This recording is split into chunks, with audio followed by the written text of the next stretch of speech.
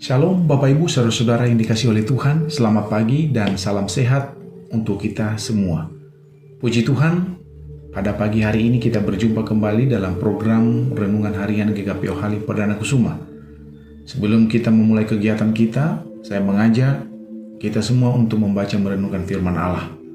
Mari kita awali dengan doa. Kami bersyukur kepadamu ya Tuhan, pagi hari ini kami boleh menikmati bangun pagi dengan penuh sukacita semua karena kemurahan dan kebaikan Tuhan. Sebelum kami memulai kegiatan kami rindu membaca merenungkan firman-Mu. Berbicaralah bagi kami ya Tuhan, kami umat-Mu siap mendengarkannya. Amin. Yohanes pasal 1 ayat 47 sampai 48. Yesus melihat Natanael datang kepadanya, lalu berkata tentang dia, "Lihat, inilah seorang Israel sejati. Tidak ada kepalsuan di dalamnya." Kata Natanael kepadanya, "Bagaimana engkau mengenal aku?" Jawab Yesus kepadanya, "Sebelum Filipus memanggil engkau, aku telah melihat engkau di bawah pohon ara." Tema renungan bagi kita saat ini adalah iman yang tumbuh dari keraguan. Saudara-saudara, teks firman Tuhan yang kita baca saat ini menceritakan perjumpaan pertama antara Yesus dan Natanael yang diawali dengan sikap skeptis dari seorang yang bernama Natanael. Apa itu skeptis? Sikap skeptis adalah sikap ragu-ragu, tidak mudah percaya, atau mempertanyakan sesuatu sebelum mendapatkan bukti atau penjelasan yang meyakinkan. Orang yang skeptis cenderung tidak langsung menerima informasi atau klaim tanpa mempertimbangkan kebenarannya terlebih dahulu.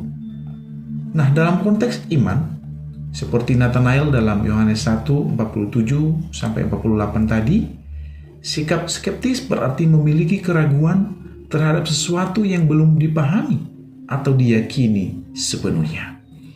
Bapak Ibu, sebelumnya kalau kita melihat bahwa Filipus mengajak Natanael untuk bertemu Yesus dan mengatakan bahwa Yesus adalah Mesias. Namun Natanael ragu dan berkata, "Mungkinkah sesuatu yang baik datang dari Nazaret?" Ketika akhirnya ia bertemu Yesus, maka Yesus menyatakan bahwa Natanael adalah seorang Israel sejati yang tidak memiliki kepalsuan.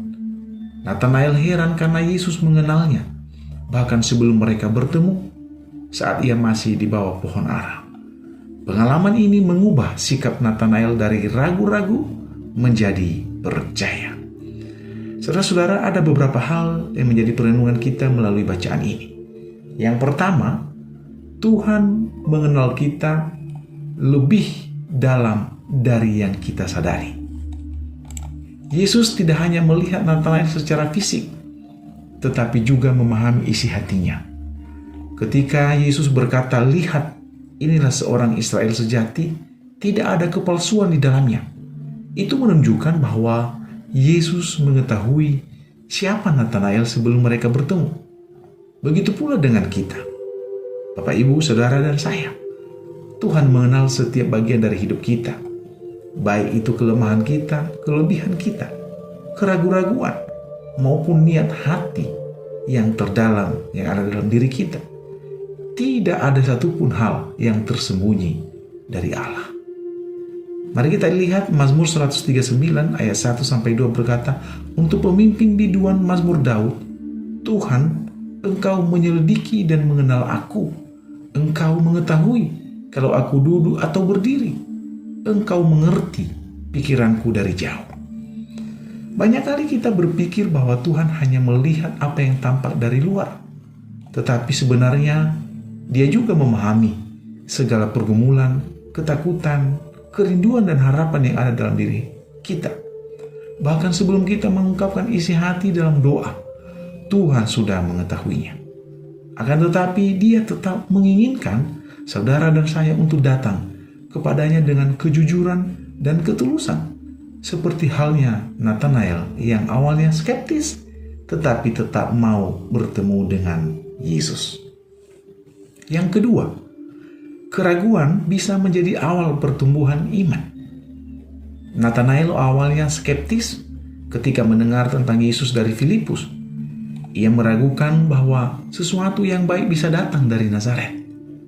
Keraguan ini muncul karena Nazaret bukan kota yang dianggap penting secara rohani atau secara politik pada waktu itu.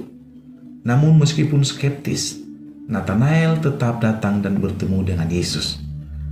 Saat Yesus menyatakan bahwa ia telah melihat Nathanael di bawah pohon ara, sebelum Filipus memanggilnya, Nathanael mengalami perjumpaan ilahi yang mengubah hatinya.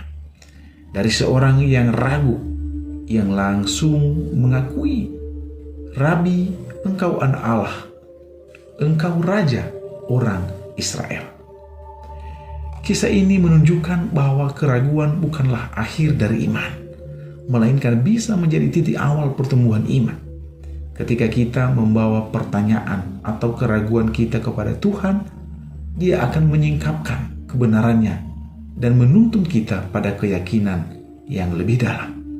Yang ketiga, perjumpaan dengan Yesus mengubah hidup. Kita melihat Nathanael yang awalnya meragukan Yesus, pada akhirnya mengakui bahwa Yesus adalah anak Allah. Saat kita dengan sungguh-sungguh mencari Tuhan, kita berjumpa dengan Yesus, Dia akan menyatakan dirinya kepada kita, dan kita semakin percaya kepadanya dan percaya akan kuasanya. Nah, saudara-saudara, mari kita terus bertumbuh dalam iman. Jangan biarkan keraguan menjauhkan kita daripada Tuhan, tetapi gunakan itu sebagai kesempatan untuk lebih mengenalnya.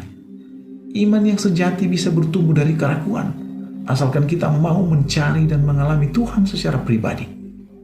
Seperti Nathanael, marilah kita membuka hati dan membiarkan Tuhan menuntun kita kepada iman yang lebih bertumbuh. Kiranya Roh Kudus menolong, memampukan kita untuk memahami firman Tuhan ini dan melakukannya dalam hidup kita. Amin. Mari kita berdoa. Terima kasih ya Tuhan, firman-Mu yang kami dengar, yang kami baca di pagi hari ini. Mohon kiranya Roh Kudus menuntun, menolong kami untuk mampu memahami dan melakukannya di dalam kehidupan kami hari lepas hari. Sekalipun kami banyak keraguan-raguan di dalam menjalani hidup di tengah-tengah dunia ini, tapi kami yakin seperti Nathanael, ketika ia berjumpa dengan Yesus, maka imannya semakin bertumbuh di dalam Engkau. Demikian juga keyakinan kami. Ketika kami berjumpa dengan Yesus, ketika Yesus itu berdiam dalam hati dan hidup kami, maka kami semakin beriman dan kami percaya kepada Tuhan. Kami berdoa menyerahkan seluruh hidup kami hari ini ke dalam tangan-Mu Tuhan. Biarlah kami boleh melakukan kegiatan kami bersama dengan Tuhan.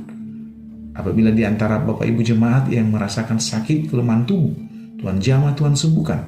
Memiliki pergumulan, persoalan hidup, Allah sendiri yang memberikan jawaban dan jalan keluar. Terima kasih Tuhan. Hanya di dalam nama Yesus kami bersyukur dan berdoa.